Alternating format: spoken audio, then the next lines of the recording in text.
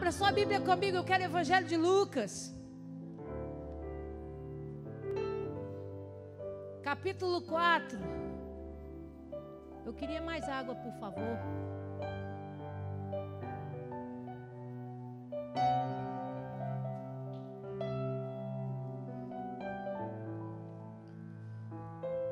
Evangelho de Lucas, capítulo 4, eu vou ler a partir do verso 16.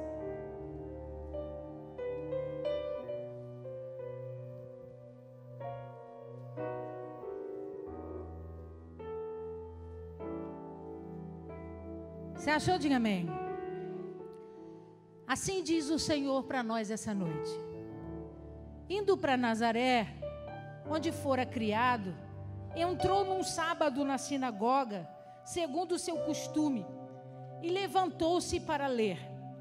Então, lhe deram o livro do profeta Isaías, e abrindo o livro, achou o lugar onde estava escrito: O Espírito do Senhor está sobre mim, pelo que me ungiu para evangelizar aos pobres, enviou-me para proclamar libertação aos cativos e restauração da vista aos cegos, para pôr em liberdade os oprimidos e apregoar o ano aceitável do Senhor. Tendo fechado o livro, devolveu-o ao assistente e sentou-se, e todos na sinagoga tinham os olhos fitos nele. Então passou Jesus a dizer-lhes: Hoje se cumpriu a escritura que acabais de ouvir. Todos lhe davam testemunho e se maravilhavam das palavras de graça que saíam dos seus lábios e perguntavam: Não é esse o filho de José? Disse-lhe Jesus: Sem dúvida citar-me-eis este provérbio: Médico, cura-te a ti mesmo. Tudo o que ouvimos ter se dado em Cafarnaum, faze-o aqui na tua terra. E prosseguiu: De fato vos afirmo que nenhum profeta é bem recebido na sua própria terra. Na verdade vos digo que muitas viúvas havia em Israel no tempo de Elias, quando o céu se fechou por 3 anos e 6 meses, reinando grande fome em toda a terra. E a nenhuma delas foi Elias enviado, senão a uma viúva de Sarepta de Sidom. Havia também muitos leprosos em Israel no dia do profeta Eliseu, e nenhum deles foi purificado, senão Naamã, o sírio. Todos na sinagoga, ouvindo essas coisas, se encheram de ira. E levantando-se, expulsaram-lhe da cidade, o levaram até o cume do monte, sobre o qual estava edificada, para de lá o precipitarem abaixo. Jesus, porém, passando por entre deles, retirou-se. Amém? Feche os seus olhos, abaixa a sua cabeça. Poderoso Deus, em nome de Jesus, essa é a tua santa palavra, e nós estamos reunidos nessa noite para ouvir falar de ti. Eu me coloco atrás da cruz de Cristo, a sombra do Onipotente. Eu te peço, toma esse altar que é teu de honra e direito, e ministra sobre nós para a glória do teu nome, no nome de Jesus. Amém. Amém, amém. Você pode aplaudir ao Senhor? A Ele a honra, a glória e o louvor para sempre. A Bíblia vai dizer para nós que Jesus já havia iniciado a sua caminhada ministerial sobre a terra.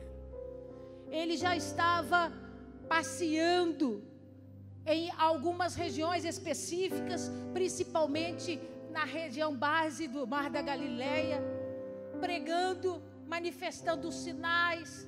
Ele já tinha tido a experiência de ser tentado no deserto.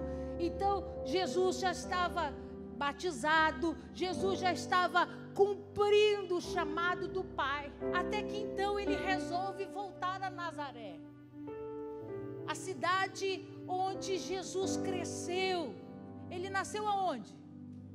Ele nasceu aonde? Belém. Mas ele cresceu na cidade da sua mãe, né? Na cidade de Nazaré. Então ele volta para Nazaré, para uma experiência poderosa narrada em Lucas capítulo 4. É óbvio que a expectativa daquelas pessoas que viram Jesus entrar no sábado na sinagoga era de que elas pudessem vê-lo fazer pelo menos alguma das coisas que elas já tinham ouvido. A notícia era: tem um homem de Nazaré que percorre os caminhos da Galileia, nas regiões de Cafarnaum, operando milagres, fazendo obras extraordinárias. Da sua boca sai uma palavra poderosa e rica, de alguém que tem muito conhecimento das Escrituras. Chamam ele de rabi, chamam ele de rabino, né? De mestre da palavra. Então, quando Jesus chega a Nazaré, a expectativa não é mais de receber um nativo, não é mais de receber alguém que eles viram crescer desde pequeno. A expectativa agora é sondar se é verdade que sobre ele havia unção de profecia, que havia unção de poder operar no extraordinário e no sobrenatural. Você está aí? Então, Jesus decide voltar a Nazaré, e esse primeiro encontro é dado dentro da sinagoga. Jesus então se dirige à sinagoga de Nazaré, uma sinagoga bem humilde. Você pode pôr para mim, Felipe, por favor? Vou mostrar para você. Essa é a placa original que é mantida na parede, né, feita de mármore, com a escrita sinagoga, que era a direção, a orientação de entrada dessa sinagoga. E essa é a sinagoga em Nazaré, que Jesus ministra especificamente essa palavra. Observa que é um lugar não muito grande. Bem no meio da imagem tem um altar romano. Esse altar no meio é romano, para que eles também possam fazer missas lá, né? Mas observa que dos dois lados, tanto da direita quanto da esquerda, lá no fundo, tem um espaço vazio. Então é como se fosse um altar aqui como esse, sobe um degrauzinho, né? Tem uma mesa no meio, onde o sacerdote romano faz a missa, se assim for o caso, e duas laterais vazias. E na época de Jesus, as pessoas se sentavam exatamente como a excursão está sentada, né? Na lateral, o espaço do meio ficava vazio para os debates, né? Para as explicações rabínicas. Então, os líderes se levantavam, iam no meio quando tinham dúvidas ou perguntas, e ali explanava a palavra para dar a eles conhecimento. Por aí, deixa por aí. Então, acompanha comigo o que diz as Escrituras. Indo para Nazaré, onde fora criado, entrou no sábado na sinagoga segundo o seu costume e levantou-se para ler. Então, deixa eu fazer você entender. Tem toda uma cerimônia. Você chega aqui na igreja, o que acontece primeiro? Qual a primeira coisa que acontece no culto? Abertura. Aí depois vem o quê? Louvor.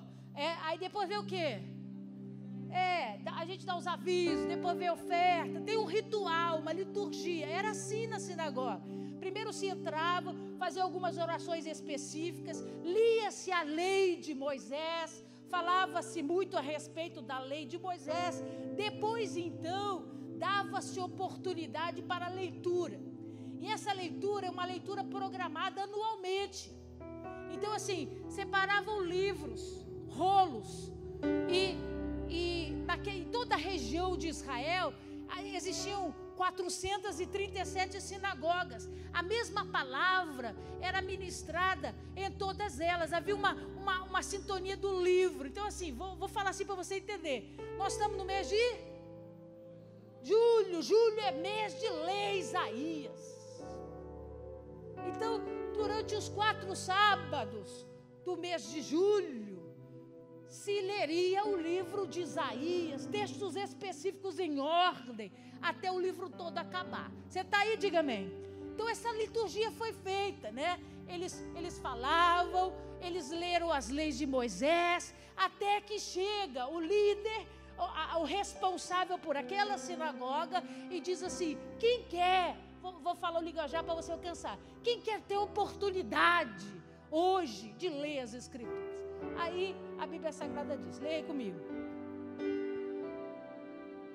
Segundo o costume, e levantou-se para ler. Então Jesus ficou de pé, né? Perguntou, quem quer oportunidade? Aí ele falou, eu quero. Levantou a mão e ficou de pé. Aí a Bíblia diz, lê aí comigo. Então, lhe deram o livro do profeta Isaías. E abrindo o livro, achou o lugar onde estava escrito.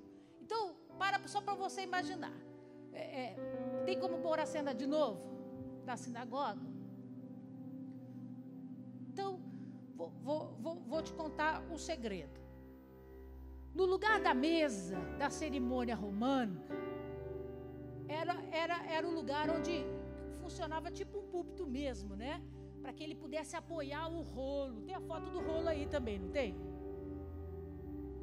Olha lá. O pergaminho feito da pele de animal. Então, a tradução é livro, mas não era isso aqui não, tá? Não abriu isso aqui não. Ele abriu o pergaminho.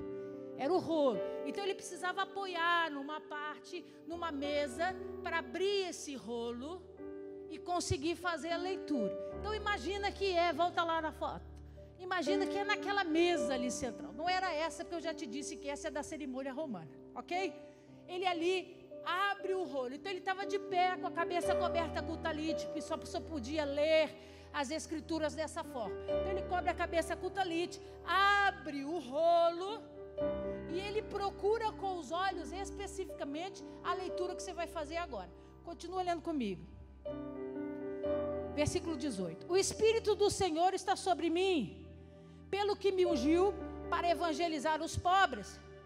Enviou-me para proclamar libertação aos cativos e restauração da vista aos cegos, para pôr em liberdade os oprimidos e apregoar o ano aceitável do Senhor. Então, ele lê Isaías 61, verso 1 e verso 2. Quando ele termina a leitura, eu vou abrir um parênteses para explicar para você o que isso significa. Capítulo 61 de Isaías, qualquer um que participava das reuniões da sinagoga sabia que era um capítulo específico falando a respeito do Messias, narrando a vida do Messias, características do Messias, né? Coisas que aconteceriam quando o Messias viesse à terra. Então ele diz aí, ele vai colocar em ordem muitas coisas e vai ter poder e propriedade. Ele diz assim, porque o Espírito de Deus está sobre ele e Deus ungiu para evangelizar aos pobres, ou seja, trazer palavras de boas novas. Evangelismo evangelho é boas novas, anunciar mudanças, transformações. Aí ele continua, aos pobres. Enviou o Messias, estou lendo assim para você alcançar, para proclamar libertação aos cativos. Então era de responsabilidade do Messias dizer para todo aquele que era escravo do pecado, do erro, escravizado por dívidas, por jogos, por prostituição, anunciar a ele a possibilidade que através da unção que estava sobre o Messias e da palavra que saía dele, essa pessoa tinha o direito de recomeçar a sua vida, ser livre de todo esse peso, de todo esse julgamento. E ele continua e diz assim, e também tinha autoridade para restaurar a vista aos cegos, quer dizer, manifestar poder através de curas físicas, que são sinais. Tinha uma lista, olha aqui para mim um minutinho. Existe uma lista de exigências para se identificar o Messias em Israel. Então, como que nós vamos identificar o Messias? Qualquer homem que chegar lá e dizer, eu sou o Messias, nós vamos acreditar? Não, ele precisa cumprir uma lista de exigências. Que lista é essa? Ele precisa ter poder para curar enfermidades. Ele precisa ter poder para curar, libertar endemoniados. Ele precisa ter poder para ressuscitar mortos. Ele precisa ter poder para operar sob circunstâncias naturais, físicas. Ele precisa ter poder para dar ordem à natureza. Eu estou falando, você está lembrando de Jesus, tá ou não está? Pois é, então Jesus fez questão nos 3 anos que ele manifestou o seu ministério sobre a terra, de realizar cada uma dessas exigências para que não deixasse dúvida. Quantos leprosos foram curados? Na lista precisava de um só. para que ele fosse um dos candidatos a Messias. Mas numa vez só, Jesus curou 10 leprosos. Você está lembrando da história? Ele dá vista aos cegos, ele levantou paralíticos, ele ressuscitou mortos, no plural. Ele operou sob circunstâncias físicas. Ele mandou os homens encherem as talhas de água, e quando eles foram provar, estava aqui ali, vinho novo, transformado, operação física diante dos olhos deles.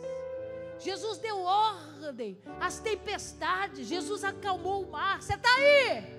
Todo sinal possível de compreensão e instauração de que Ele era o próprio Messias sobre a terra, Jesus fez.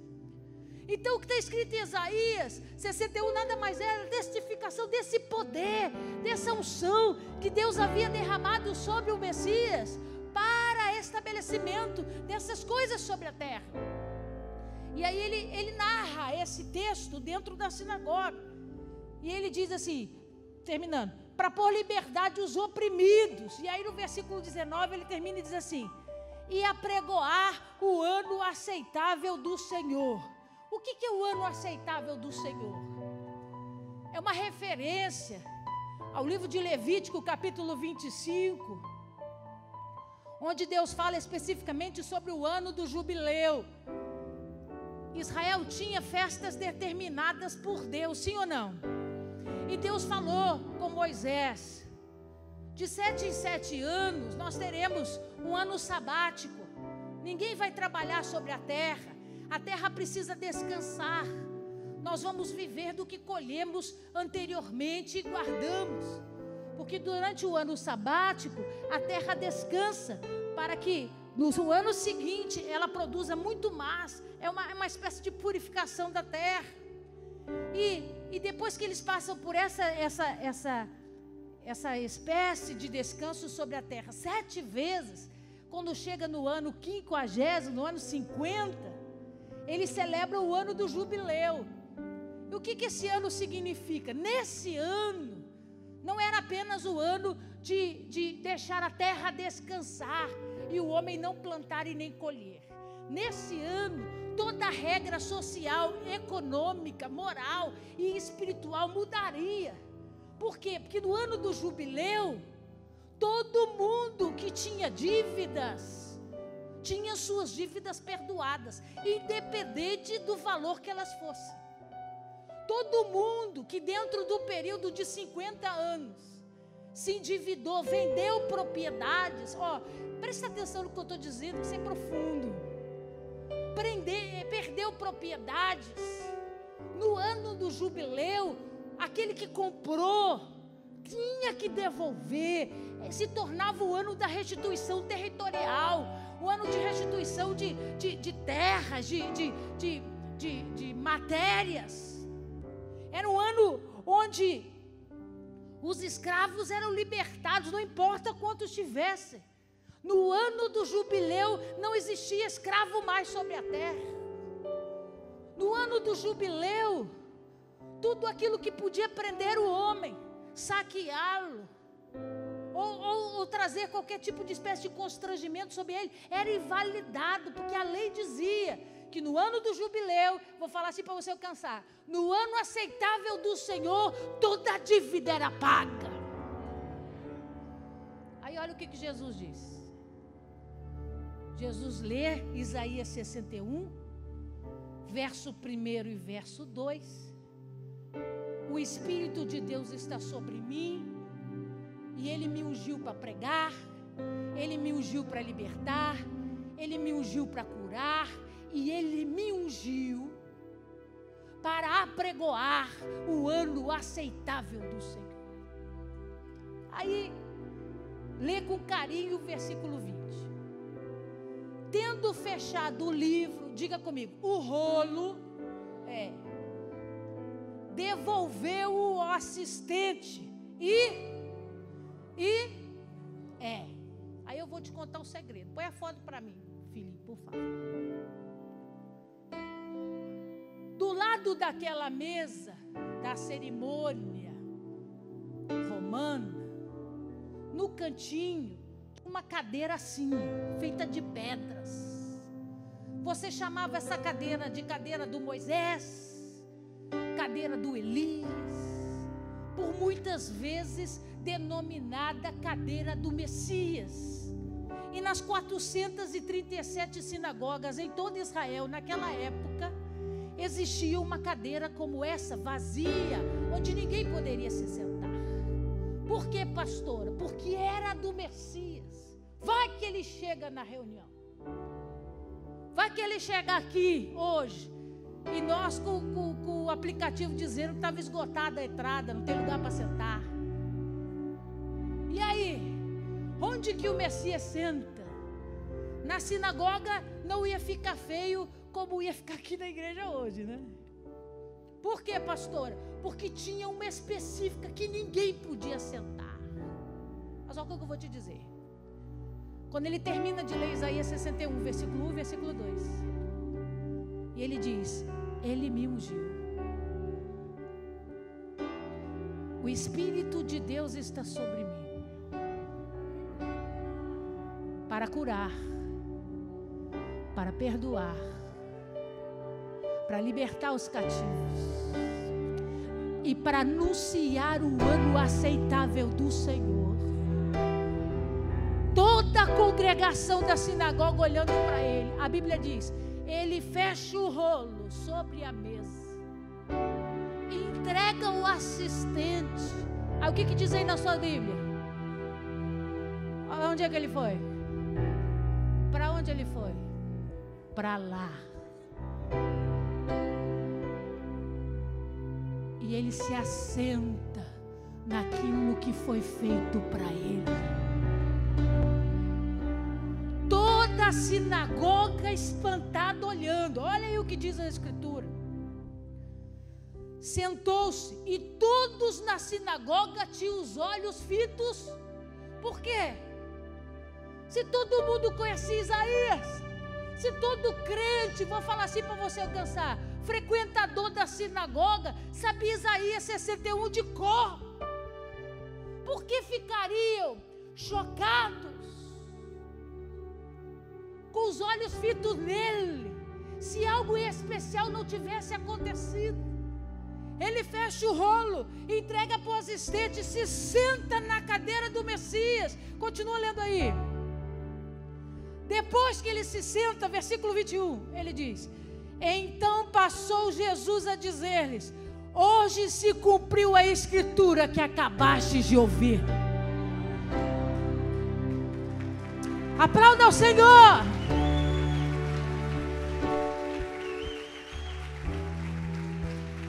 Sentado. Sabe por que vocês estão me olhando? Porque hoje é o dia que Isaías 61 se cumpre. Ele me ungiu. Ele me ungiu. Todas as obras que vocês esperavam pelo ano aceitável do Senhor, de 50 em 50 anos, para ter remissão de pecados, para que os escravos fossem libertos, para que as dívidas fossem pagas. Eu estou dizendo, hoje isso se cumpre por causa da minha vida. Aí, lê a Bíblia Sagrada. Todos lhe davam testemunho e se maravilhavam das palavras de graça que lhe saíam dos lábios. E perguntavam: não é esse o filho de José? Então eles fizeram na sinagoga o que você acabou de fazer aqui. Meu Deus, olha o que ele está dizendo. Nós vamos hoje, a partir de hoje, viver coisas poderosas. Nós vamos hoje, a partir de hoje, viver sobrenatural de Deus. Vai ter libertação, vai ter cura, vai ter perdão de dívidas. Os escravos serão libertos. O ano apregoado do Senhor chegou. Meu Deus, que notícia maravilhosa. Que tempos gloriosos nós vamos viver. Aí Jesus diz para eles assim. Eles perguntam, mas não é esse o filho de José? Aí começou a confundir, né? Dizer, meu Deus, que homem abusado. Doutor Carlos, senta na cadeira do Messias. E os parentes de Nazaré indagando, mas esse não é o menino que nós vimos crescer, filho do carpinteiro? Que coisa doida é essa? Que poder que ele tem nas palavras? Que autoridade é essa? Não é o menino que nós vimos crescer aqui, vizinho nosso? Aí lê comigo. Disse-lhe Jesus, sem dúvida, citar-me-eis esse provérbio: médico, cura a ti mesmo, tudo que ouvimos ter se dado em Cafarnaum, faz-o aqui também na tua terra. Olha o que Jesus disse para eles. Vocês estão animados, né? Vocês estão animados com a notícia que eu dei. Mas a verdade é que vocês não vieram aqui para me reconhecer como Messias. Vocês continuam me olhando como filho do carpinteiro. Vocês vieram aqui para ver se eu ia operar hoje o que eu já fiz em Cafarnaum. Vocês vieram aqui hoje para ver se eu ia manifestar, ou através de palavras, ou através de sinais, o que toda a Galileia já viu e já ouviu. Aí ele diz assim, certamente vocês vão levantar um provérbio e diz assim, médico, cura-te a ti mesmo. Que significa isso, né? Faz agora por você. Você está fazendo para Galileia, você está fazendo para de Cafarnaum, chegou a hora para fazer no meio dos seus. Aí ele responde, olha aí. Sem dúvida, citar-me-eis esse provérbio, médico, cura-te a ti mesmo. Tudo que ouvirmos ter falado em Cafarnaum, faze também aqui na tua terra. E prosseguiu, de fato vos afirmo que nenhum profeta é bem recebido na sua própria terra. Ele começa a dizer assim, eu vim hoje com a intenção de me revelar, mas a revelação é a única coisa que vocês não estão interessados em mim. Eu me dirigi hoje à minha cidade, onde eu cresci, para mostrar para vocês que eu não sou o filho do José. Quem me ungiu foi Iavé.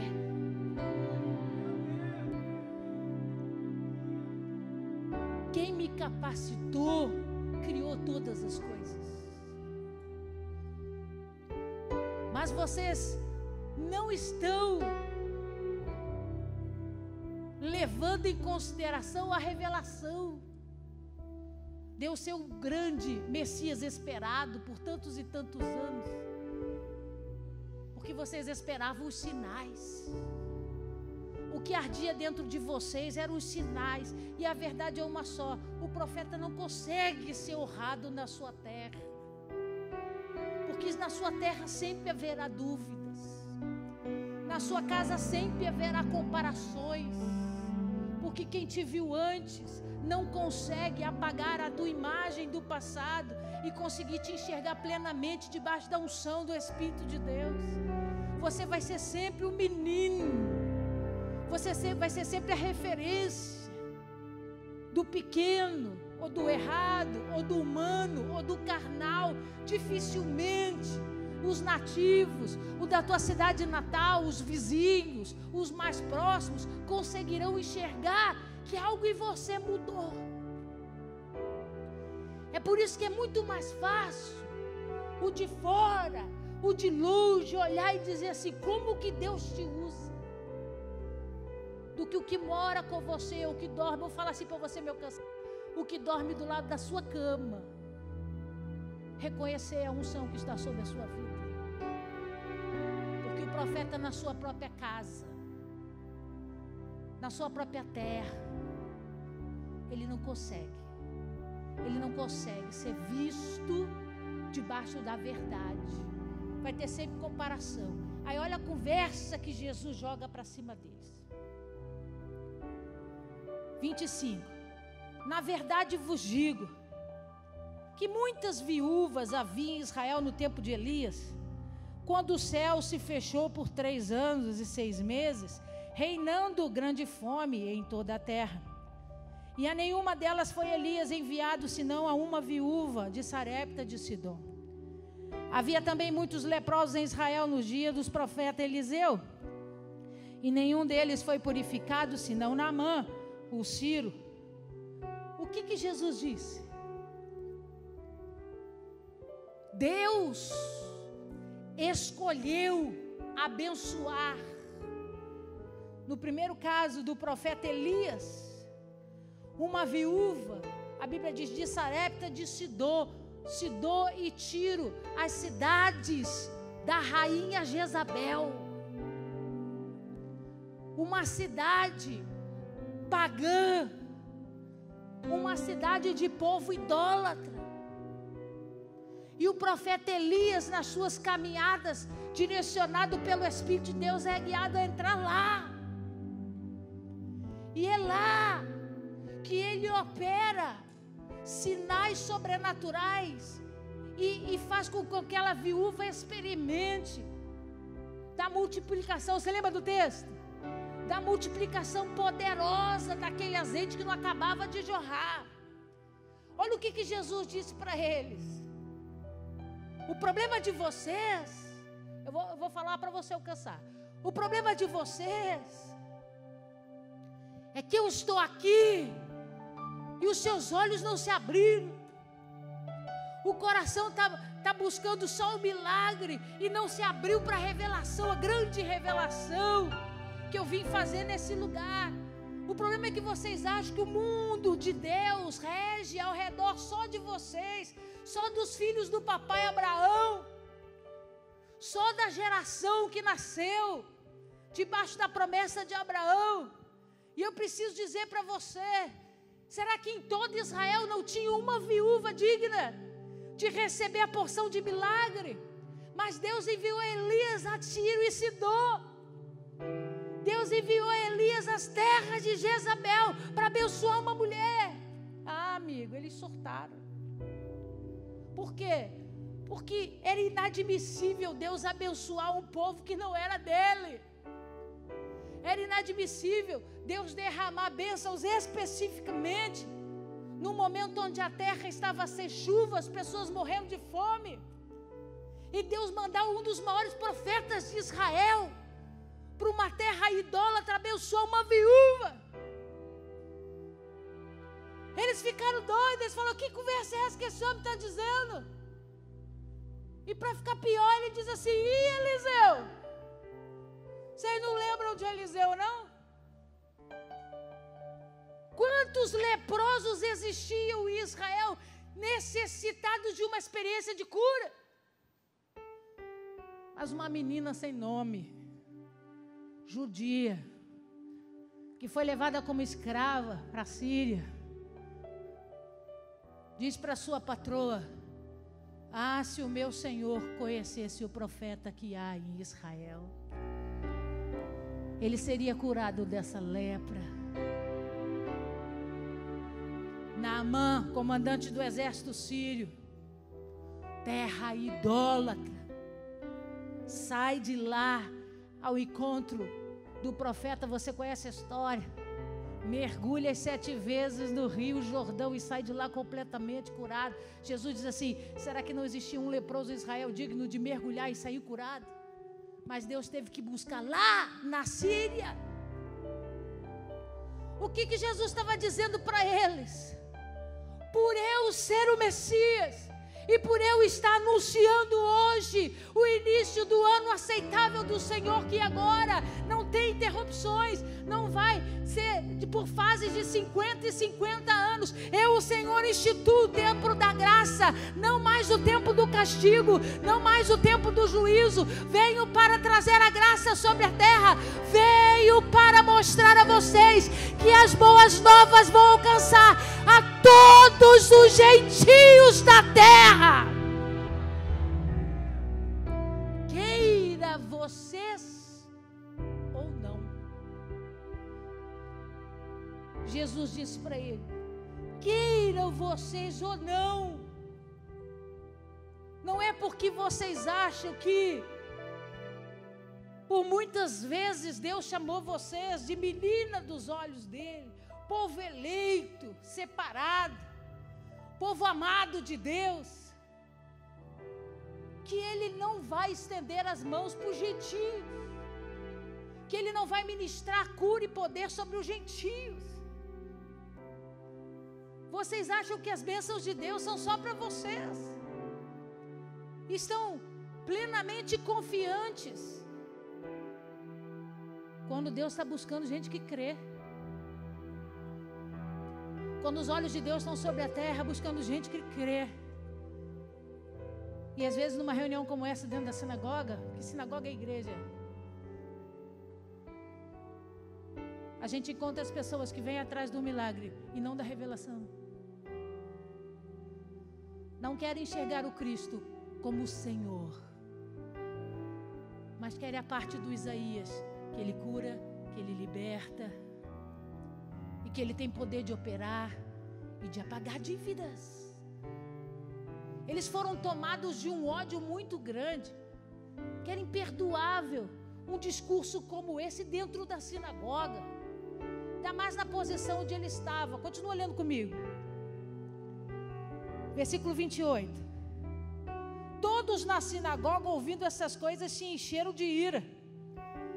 E levantando-se, expulsaram-lhe da cidade e o levaram até o cume do monte sobre o qual estava edificado, para lá o precipitarem abaixo. Eles ficam com tanta raiva que diz: esse discurso não pode ser do Messias, porque o Messias é nosso. O Messias jamais defenderia os gentios. O Messias jamais propagaria um absurdo como esse. Isso tudo é uma fraude. Ele não fez o que nós gostamos. Ele não fez o que nós esperávamos. Vamos lançá-lo. Israel tinha umas culturas estranhas de sentença de morte. Uma por apedrejamento, adultérios, coisas graves, circunstâncias voltadas diretamente com a idolatria. Eles apedrejavam até a morte. O problema é que naquele momento não dava para pegar pedra e tacar em Jesus. Pergunta para mim: por quê, pastora? Porque era... Que dia que era? Era sábado. E se eles pegassem pedra para atacar nele, eles eram os pecadores. Porque eles estavam quebrando a lei de Moisés. Eles estavam eles estavam trabalhando, estavam fazendo esforço. Eles não podiam fazer isso. Então a vontade era de apedrejar, mas não podia, senão eles é que iam ser sentenciados. Então o que eles fazem? Eles começam a apertar Jesus daquela sinagoga, e ela estava entupida de gente, e vai caminhando com ele no meio, todo mundo agarrado, e faz com que ele suba a montanha, um monte hoje chamado Monte do Precipício. Põe para mim, Felipe, por favor. Quando você for comigo, eu vou levar você lá. Olha como é alto. Lá embaixo a gente vê toda a cidade. Aquele monte do outro lado lá é o Monte Tabor, o Monte da Transfiguração, né? Conhecido da Bíblia Sagrada, aquele monte lá. Todo esse vale é muito alto e pedras. Põe a outra para mim, um pouquinho mais claro. As pedras são muito rochosas, está vendo? E pontiagudas. Escavações foram feitas lá e 17 corpos foram encontrados. Por quê? Porque era prática eles fazerem isso, né? Irem levando até o alto e de lá lançavam. Não tinha como a pessoa sair viva, porque as pedras eram muito pontiagudas, a pessoa muito íngreme, né? É um abismo mesmo, um precipício. Então a pessoa vai batendo ali e não tem como sobreviver de jeito nenhum. Chega lá embaixo morta.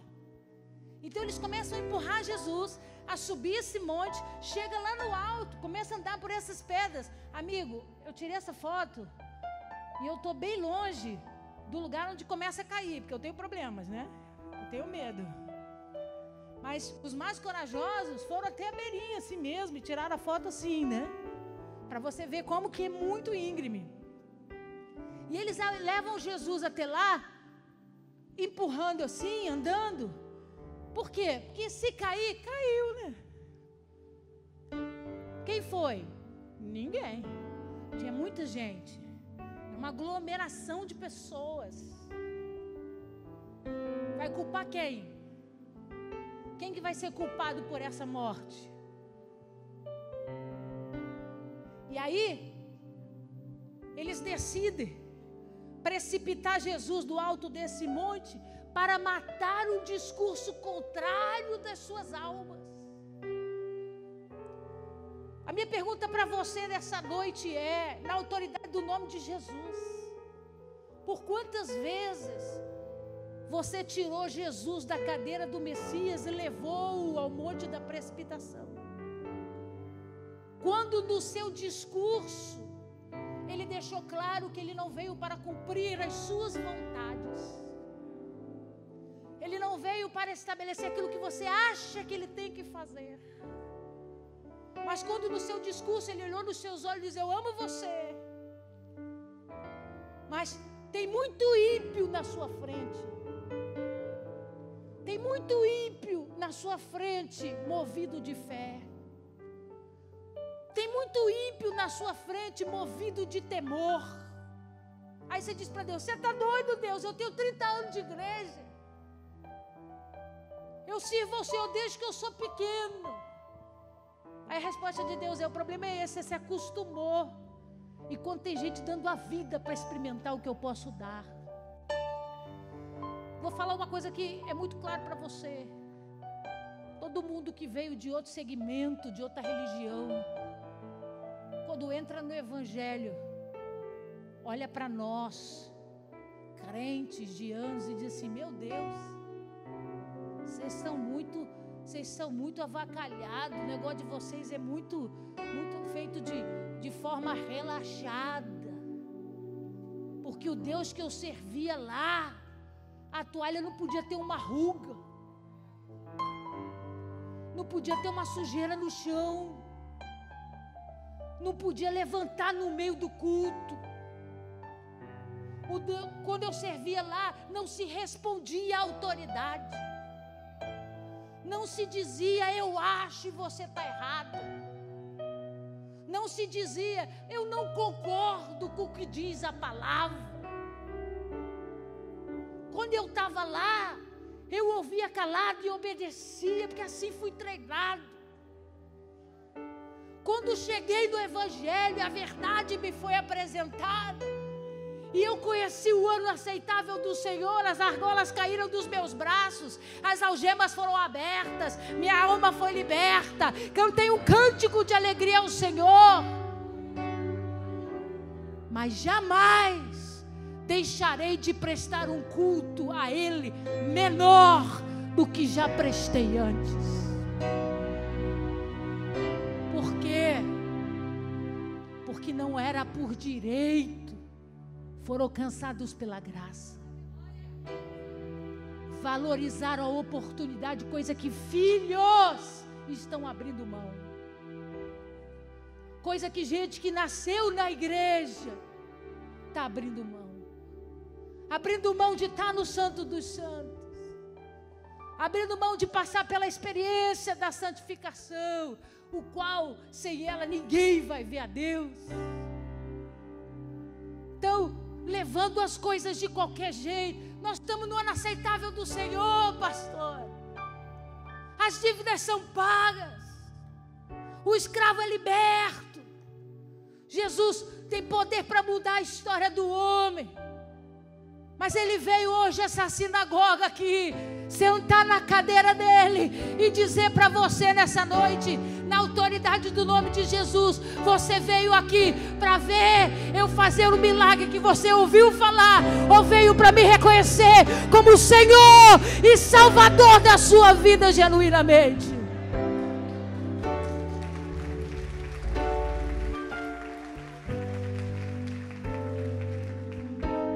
Vai me arrastar para o precipício, vai me arrastar para o penhasco, junto com outros, e chega lá e dizer: não temos culpa, aconteceu. Quantos da nossa geração não têm entendido e valorizado a oportunidade de viver esse tempo? Ninguém em toda a terra, em toda fase de tempo, experimentou viver sinais, cumprimento de promessas, como a nossa geração. Certeza absoluta.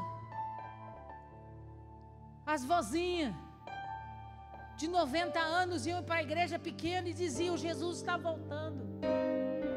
E chegou uma época que isso virou piada e jargão evangélico, que ninguém acreditava mais, porque já tinha passado tanto tempo, que ninguém acreditava mais nessa promessa.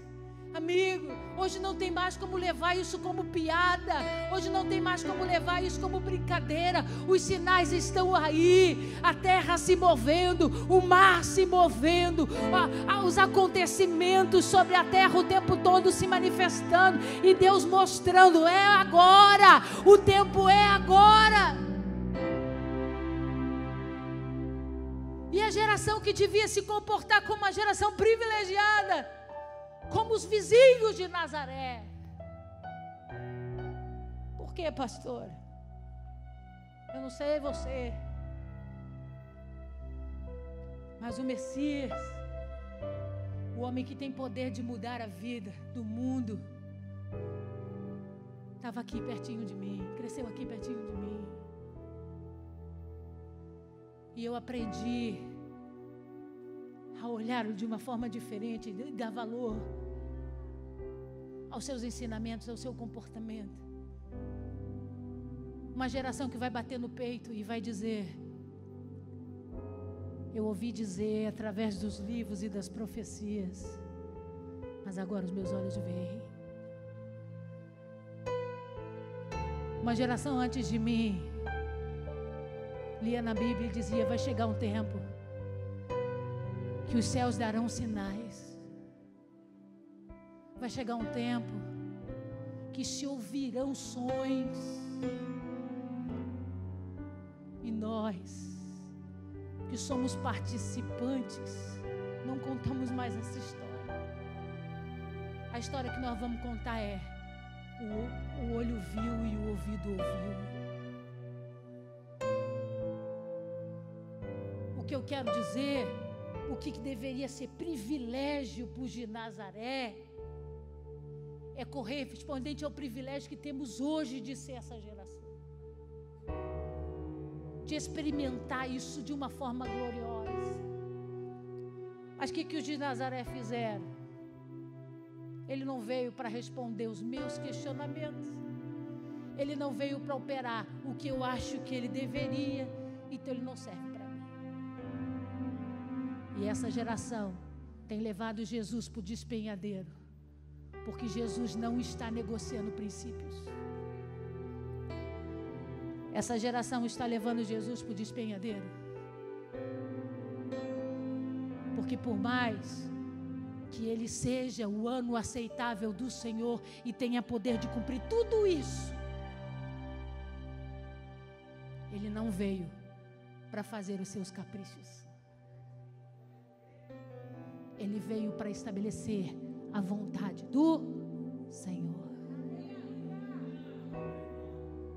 E não importa se você tem 20, 30 ou 40 anos de igreja, se o ímpio entrou por aquela porta hoje, está sentado aí, e levantar a sua mão aceitando Jesus como o Senhor, ele vai operar em você de uma forma tão poderosa que talvez crentes de 30 anos que estão aqui todo domingo nunca experimentaram.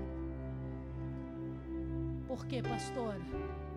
Porque nos acostumamos a carregar o título de herdeiros. Herdeiros não precisam pagar preço para receber herança. É só o pai morrer. Quando o pai morre, automaticamente a gente herda a herança. E a gente se acostuma com essa informação. E eu vim aqui essa noite dizer para você, na autoridade do nome de Jesus, que sejamos nós a sinagoga de Nazaré, que vê Jesus sentar na sua cadeira de honra e direito e aprende os seus ensinamentos e o experimenta, mesmo que isso machuque você, mesmo que isso te incomode. Pastora, comigo é tudo duro. Eu peço a Deus uma palavra, abro a Bíblia e Deus me xinga, Deus briga comigo.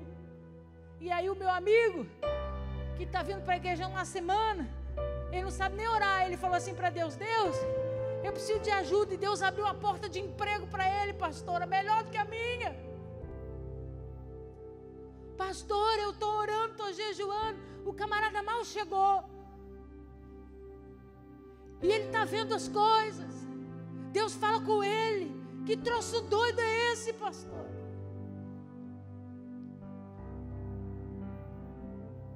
Deus faz com quem e para quem Ele quiser. E se fez aqui e não fez aqui, espere o teu tempo. Não é hora de se levantar e levar Jesus para o despenhadeiro. Deus, tu faz na vida de todo mundo, menos na minha. Pode ser que você não ache que você está levando ele para o despenhadeiro. As coisas estão acontecendo, pastor, e parece que a minha vida parou. Está todo mundo experimentando de alguma coisa e eu não vivo nada. Fica sentadinho na sinagoga de Nazaré. Não seja participante disso. Porque os sinais e as maravilhas serão para todos. Mas não questione onde Deus toca e onde Deus abençoa. Não questione como Deus faz e para quem Deus faz. Não te pertence essa resposta. Pastor, o que me cabe? Você olhar para ele sentado na cadeira do Messias e dizer: louvado seja Deus porque meus olhos veem. Louvado seja Deus. Vou terminar. A maior alegria da minha vida, quando eu subi a Jerusalém pela primeira vez, foi entrar no lugar do sepulcro e ver aquele lugar vazio. As pessoas entram lá, choram muito, se emocionam. E eu ria. Eu tive uma crise de riso. E aí ficou todo mundo me olhando torto, né? Porque as pessoas chorando, emocionadas, e eu rindo. E aí um dos líderes da caravana me chamou e falou: o que está acontecendo? Por que você está rindo? Eu falei para ele assim: porque esse lugar é a certeza de que eu não estou pregando uma mentira. Esse lugar vazio é a certeza de que aquele livro que eu leio está dizendo para mim que ele é real, que ele está vivo. A morte não o prendeu, as portas do inferno não foram capazes de segurá-lo. Ele está vivo, sentado à direita do Pai. Os meus olhos viram. Ele é o meu Senhor, ele é o Messias de Israel. Louvado seja Deus.